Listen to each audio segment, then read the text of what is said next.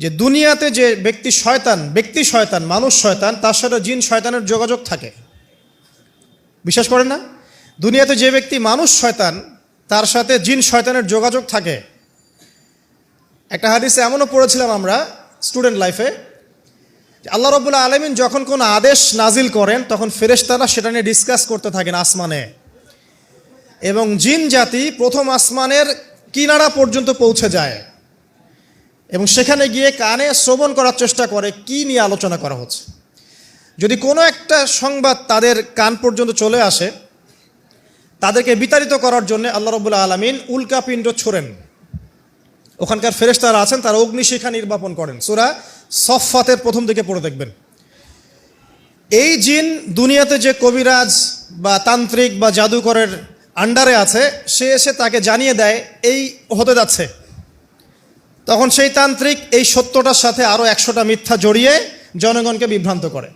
তখন তার কথা ফলে যায়, মানুষ মনে করে যে তান্ত্রিক অনেক বড় কিছু হয়ে গেছে। তো এগুলো সবই ফিতনা।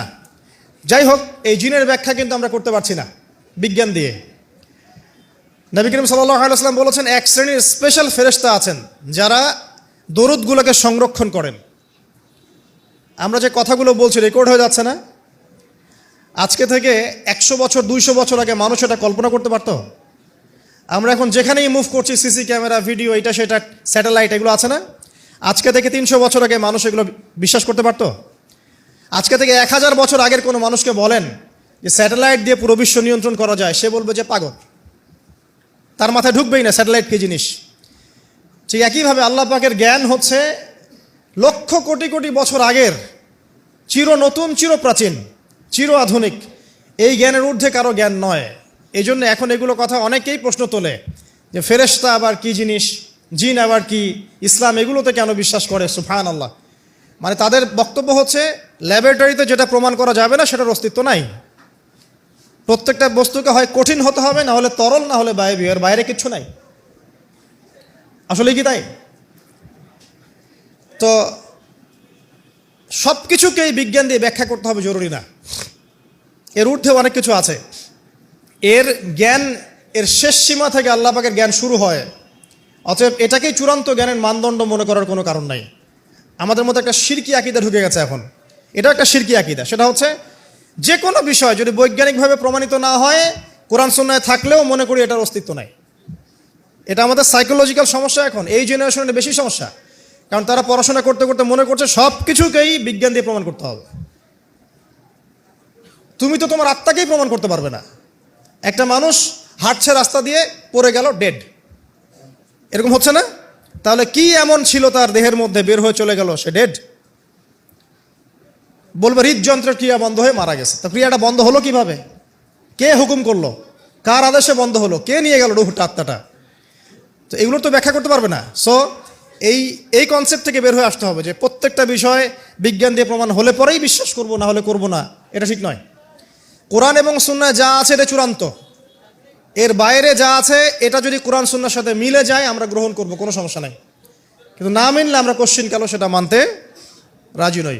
আসুন, নবী করিম সাল্লাল্লাহু আলাইহি ওয়াসাল্লাম বলেছেন এক শ্রেণীর স্পেশাল ফেরেশতা আছেন, মালায়েকা, নূরের তৈরি, আলোর তৈরি, আলো দিয়ে তৈরি, নূর দিয়ে তৈরি, যারা নিঃসন্দেহে আলোর বেগের চেয়ে বেশি বেগে ভ্রমণ করতে পারেন, নিঃসন্দেহে। আচ্ছা, তো তারা স্পেশালি এই দরুদগুলোকে সংগ্রহ করেন, দরুদ এবং সালাম এটাকে সংগ্রহ করেন, করে নবী সাল্লাল্লাহু আলাইহি ওয়াসাল্লাম পর্যন্ত পৌঁছে দেন। এরপর আল্লাহ রাব্বুল আলামিন, আল্লাহ সুবহানাহু ওয়া তাআলার ইচ্ছায় নবী করিম সাল্লাল্লাহু আলাইহি ওয়াসাল্লাম এর জবাব দিয়ে থাকেন। একটু চিন্তা করেন যে আপনি মনে করেন আল্লাহ রাসূল সাল্লাল্লাহু আলাইহি ওয়াসাল্লামের দরজায় দাঁড়িয়ে আছেন, কথার কথা মনে করেন যে তিনি জীবিত আছেন, কথার কথা। আপনি তার বাড়ি চেনেন, তার বাসায় গেলেন, গিয়ে নক করলেন, গিয়ে নক করে বললেন আসসালামু আলাইকুম। এবার নবী সাল্লাল্লাহু আলাইহি ওয়াসাল্লাম ভিতর থেকে আপনাকে বললেন, কথার কথা ধরে নেন যে ওয়ালাইকুম আসসালাম। এর অর্থ কি? ওয়ালাইকুম আসসালাম অর্থ কি? আপনার উপরেও শান্তি বর্ষিত হোক।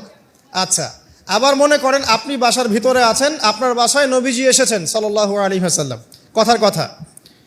এবার তিনি আপনার দরজায় নক করছেন, নক করে বলছেন আসসালামু আলাইক, তোমার উপর শান্তি বর্ষিত হোক। তো নবী সাল্লাল্লাহু আলাইহি ওয়াসাল্লামের এই যে দোয়া, তোমার উপরে শান্তি বর্ষিত হোক, এটা যে যত বেশি পাবে তার জীবনটা তত সুন্দর হবে না? অতএব যে ব্যক্তি যত বেশি দরুদ পাঠ করবে, যত বেশি সালাত প্রদান করবে নবী সাল্লাল্লাহু আলাইহি ওয়াসাল্লামকে, ইনশাআল্লাহ তাআলা সে সচ্ছল হবে, টেনশন ফ্রি থাকবে, সুখে শান্তিতে পৃথিবীতে বসবাস করবে ইনশাআল্লাহ। আর সুখ বলতে আমি শুধুমাত্র চাকচিক্য বোঝাচ্ছি না, বাড়ি গাড়ি স্ট্যাটাস বোঝাচ্ছি না। সুখী হওয়ার জন্য টাকা যথেষ্ট না। অনেক সময় দেখবেন কোটিপতি মানুষ সুখী নয়, একজন ভ্যান চালক সুখী। সুখ টাকা দিয়ে কেনা যায়? সুখ বলতে মনের সুখকে বোঝানো হচ্ছে। আল্লাহ পাক আমাদেরকে বোঝার তৌফিক দান করুন।